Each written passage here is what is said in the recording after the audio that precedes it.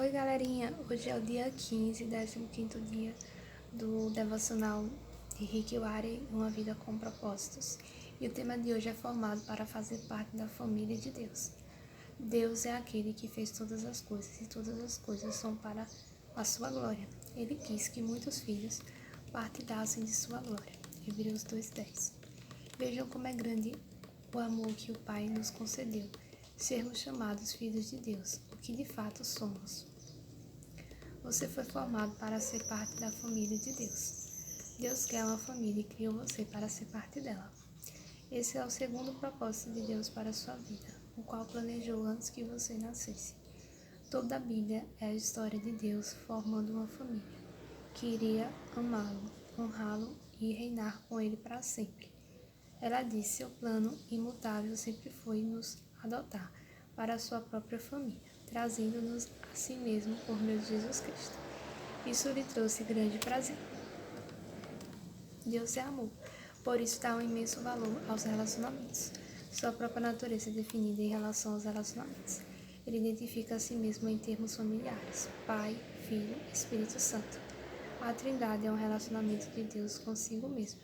É o padrão perfeito para uma relação harmoniosa e devemos estudar seu significado. Deus sempre existiu e sempre teve um relacionamento amoroso consigo mesmo.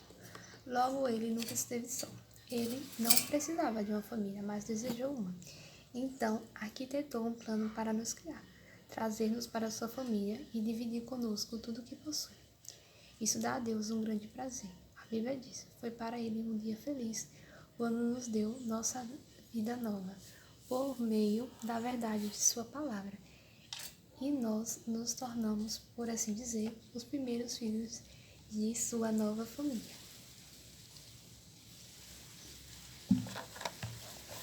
Quando colocamos nossa fé em Cristo, Deus se torna nosso Pai.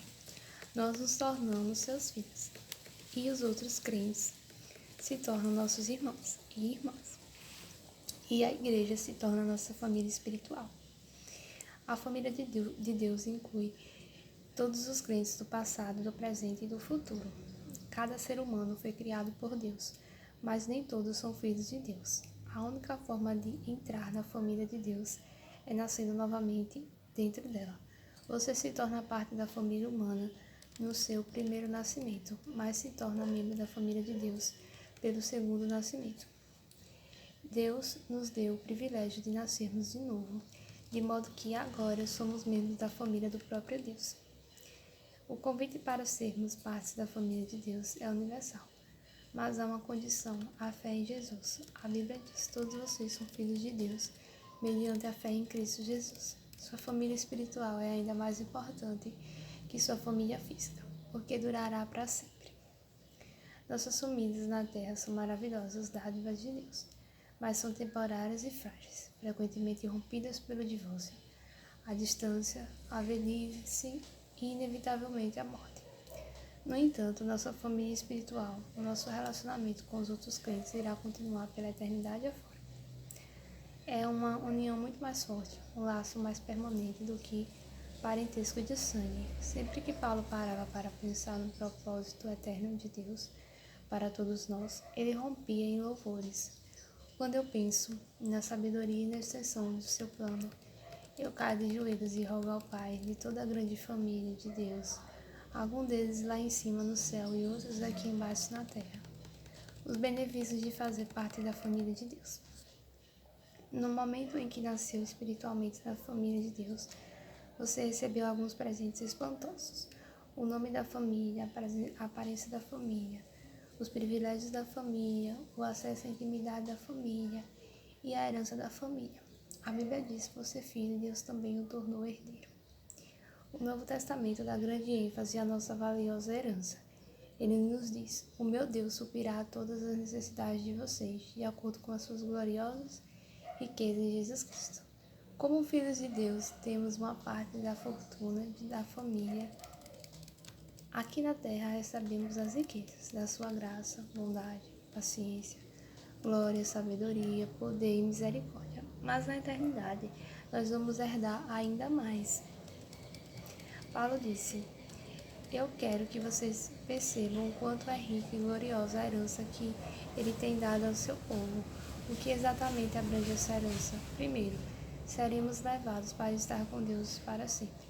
Segundo, seremos completamente transformados para sermos como Cristo.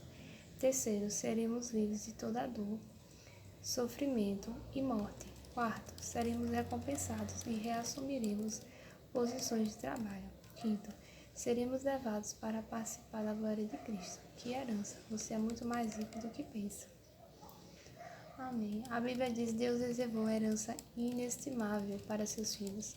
Ela está guardada no céu para você, pura e incorruptível, longe do alcance de mudanças ou da decadência.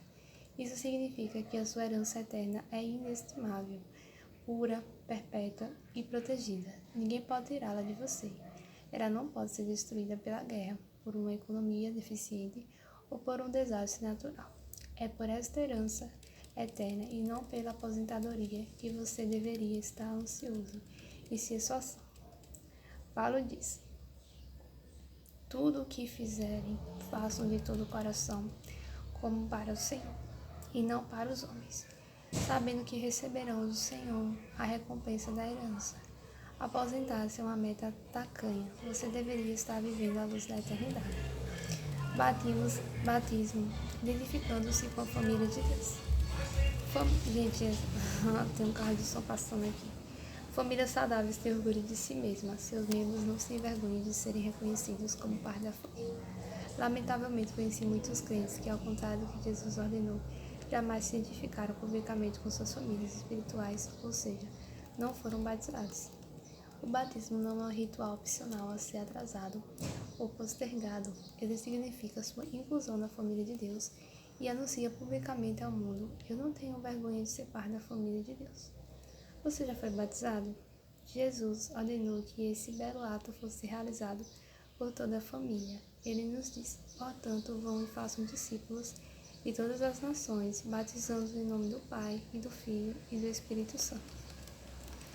Durante anos, eu quis entender por que a grande comissão de Jesus deu ao batismo a mesma importância das grandes missões de evangelismo e edificação. Por que o batismo é tão importante? Então percebi que é por simbolizar o segundo propósito de Deus para a nossa vida, a participação na família eterna de Deus. O batismo é carregado de significado. Ele declara sua fé, comunica a morte e ressurreição de Cristo, simboliza a morte para a antiga vida e anuncia sua nova vida em Cristo, além de também ser uma comemoração de sua inclusão na família de Deus. O batismo é a representação física de uma verdade espiritual.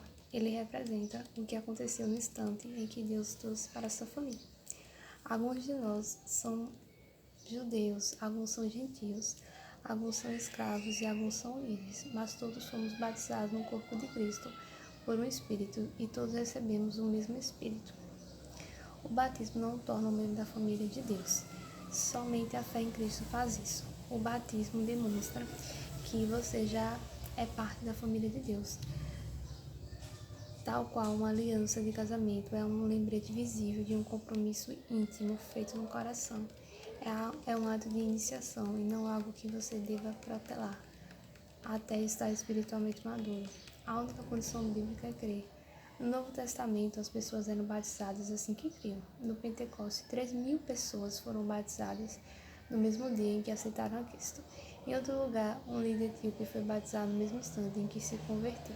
E Paulo e Silas batizaram um carcereiro filipense e sua família à meia-noite. Não há nenhum batismo atrasado no Novo Testamento. Se você ainda não foi batizado com expressão de sua fé em Cristo, seja o mais rápido possível, como Jesus ordenou.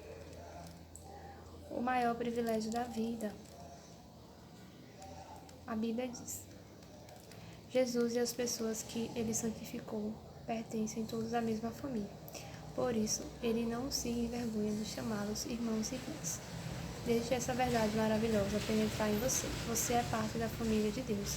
E por Jesus ter o feito santo, Deus tem orgulho de você. As palavras de Jesus são inequívocas. E Jesus, estendendo a mão para os discípulos, disse: aqui estão minha mãe e meus irmãos, pois quem faz a vontade de meu Pai que está no céu, este é meu irmão, minha irmã e minha mãe. Ser incluído na família de Deus é a maior honra e o maior privilégio que se pode receber.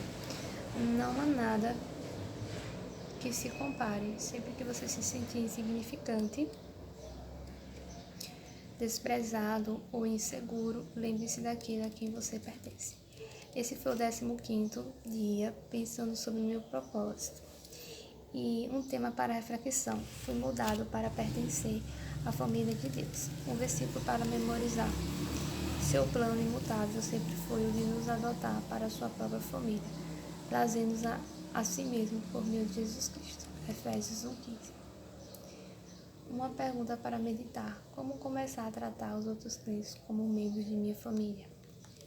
Bom, queridos, esse é o devocional de hoje. Até o próximo dia, um novo devocional. Amanhã vai ser o 16º. Então, fiquem na graça e na paz do Senhor. Obrigada pela paciência, obrigada por estar acompanhando. E até o próximo vídeo.